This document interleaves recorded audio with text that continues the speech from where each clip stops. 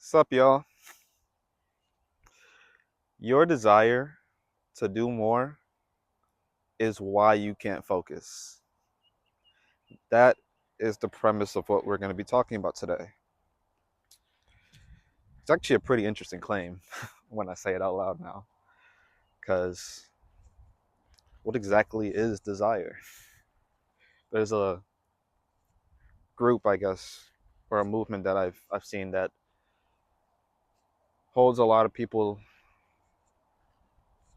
or that has a lot of people within it that claim that they don't have any goals, which actually comes from a very altruistic place, I guess. Um, it's kind of like the journey versus destination thing, which is very beautiful. It definitely is very beautiful. But yeah, there's just like a whole bunch of mystery within that statement. um, I'd like to preface this with the fact that I do intend to teach, but I'm really just here to learn. I'm gonna keep it a buck. Like, I've spent the better half of 2 weeks critically thinking about this topic we're discussing, and focus is definitely a difficult one. It's very tricky. There's a lot of depth within just the day-to-day focus, like me trying to focus on the tonality of my voice to make sure there's clarity being spoken within this video, and then the broader, bigger picture focus to that ties back into like purpose and society, if you want to go that far, or the universe. But that's still rooted in the core underlying structure of focus. So we're probably not gonna get that esoteric in this video for sure. Um, but we're gonna clear some things up. Definitely gotta clear some things up. Which starting with, I'm here to teach, but I'm really here to learn. I'm gonna use this to just like work these ideas out more than what I did already through writing. I think the best place to start is to acknowledge that saying you can't focus is really the claim of I get too distracted too often, or I get overwhelmed by the thing I'm trying to, or the task I'm trying to focus on. If you're watching this, you probably tried 1,000 different things. At least feels like 1,000 different things on trying to overcome. Oh no. Okay, we're just gonna act like that didn't happen. A really good rule of thumb when you've tried 1,000 different things on this specific problem, or just a specific problem, and it just hasn't, everything you've been experimenting with just hasn't really clicked, just hasn't worked for you specifically. You don't think it's like, they're not necessarily like they don't work in general because you see it working for other people, but it's just not the right thing for you. You need to zoom out in those moments or at those period of times. Zoom out and go down to like the bedrock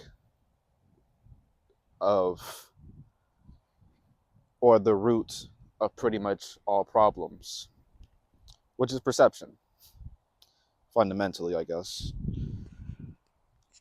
What do I mean by perception? You can't solve a problem that you're not aware of, in a sense. You're not aware of how it's coming about. Like with most of these problems, like distraction, you just know that you want to get a task done, And then minutes later, you're scrolling TikTok or you're on this YouTube video that you've been excited to watch. You're waiting for it to drop, but it's like, not the time, bro. What does this look like for focus, in a sense?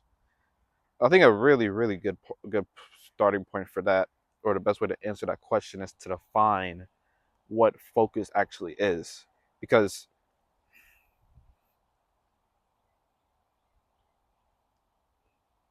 while I was researching this problem and like really like thinking about it, it isn't obvious to me that people use the right terminology when they're describing focus. Because if you just like sit down and like really like think about it, you can't do the act of focus. Like I can't just look at my finger like focus. Like it's not a static thing you can just do. Like tell me to do push-ups, I just go do them. You tell me to focus, I'm like, on what? And then that should really tell you. Like that's very, very interesting.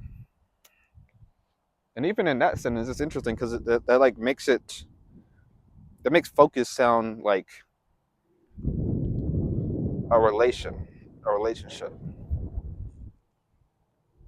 It isn't a solo pursuit. But yeah, let's skip over that. I'll probably save that for a different video. Um, the way I've come to define focus, so like the claim that I'm making right now is that focus isn't an action you can do. It's a state that you attempt to achieve, you attempt to get into. So, and it's tricky because while I was doing this, I was really trying really hard to figure out how do I define a state.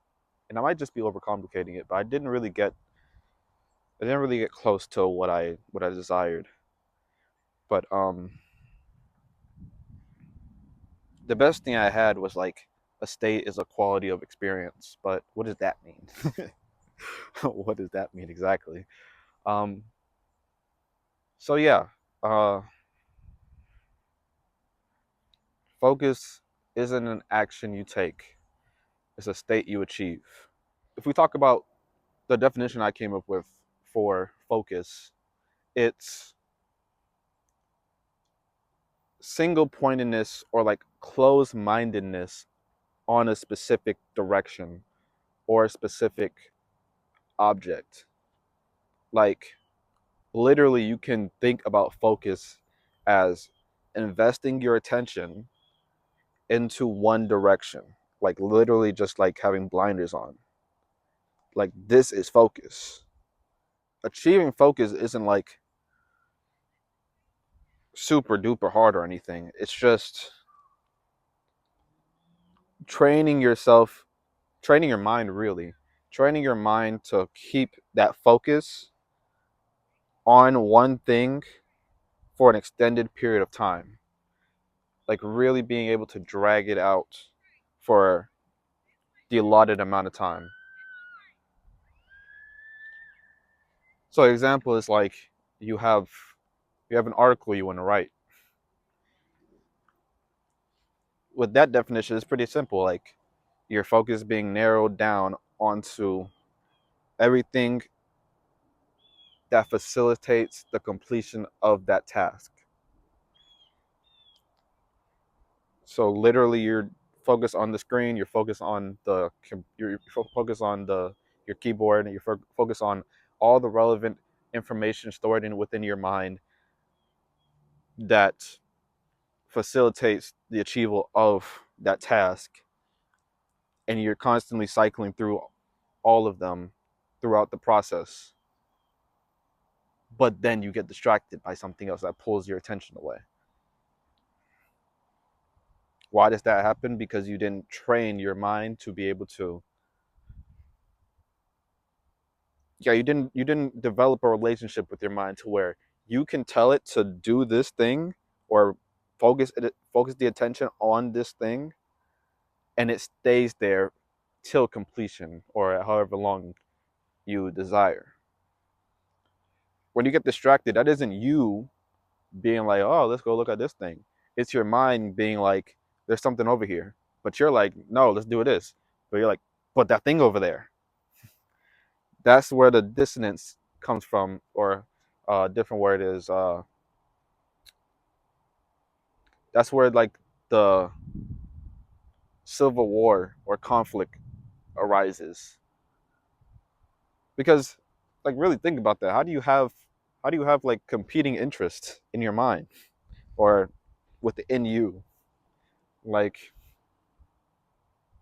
there's definitely two playing a part in that role or that conflict in a sense. And I define that as you you have your desire or your goal that you want to achieve, and your mind has its desire or goal it wants to achieve. So the missing piece within that process, you sit down, you want to write your article, then you probably like listen to the common advice of putting your phone in a different room while you're working. But as you pick up your phone, you see something, you get a notification, and then you find yourself an hour later binging that new Netflix series that you wanted to watch. What happened within that period of time, like when you picked up your phone? What happened is perception. What happened is a lack of awareness of your triggers specifically. If you understand what triggers your mind, or like what if you understand the goals of your mind and the things that it's pulled towards, that's how you win, or that's how you get focused, or that's how you prepare for its self-deception in a sense.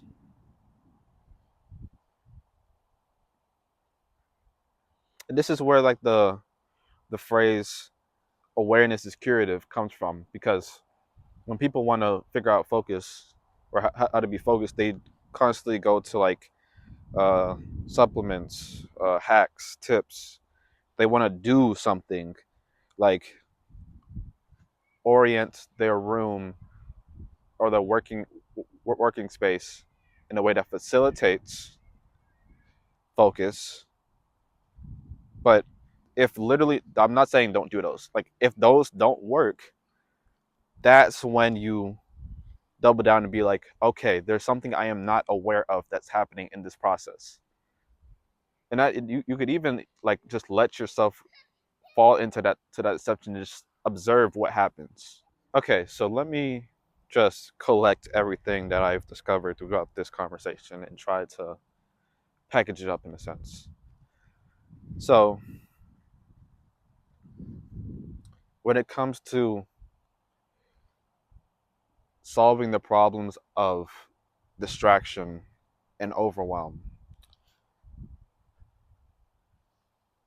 if the tips, the advice, the hacks, if they don't work, which I do advise you trying because it's literally just experimentation.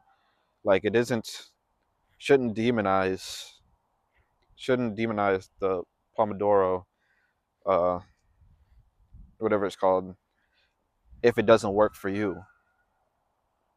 It's literally advice and tips and hacks. They're presented and they're sold as like this is the only thing that works, but that's just marketing. Really, what it is here's something else you can try. Literally, that's literally it. Just experimentation, all experimentation until either you find the one thing that works, or you have enough data now to create something that works uniquely for you.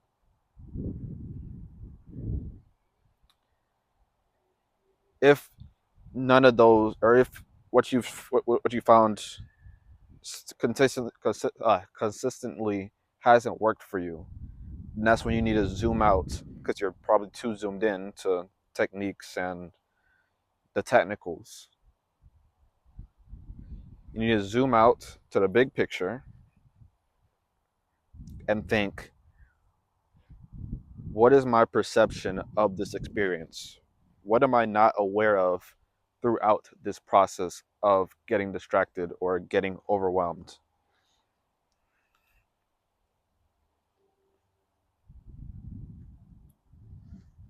This is why your desire to do more, experiment with more tips, experiment with more techniques. Your desire to do more is why you can't focus, because you're not zooming out and and analyzing the bedrock of the problem, the root of the problem. So yeah, try that out, see how it works, and remember, it isn't anything you do. It's literally just observation, just becoming aware of what that trigger is,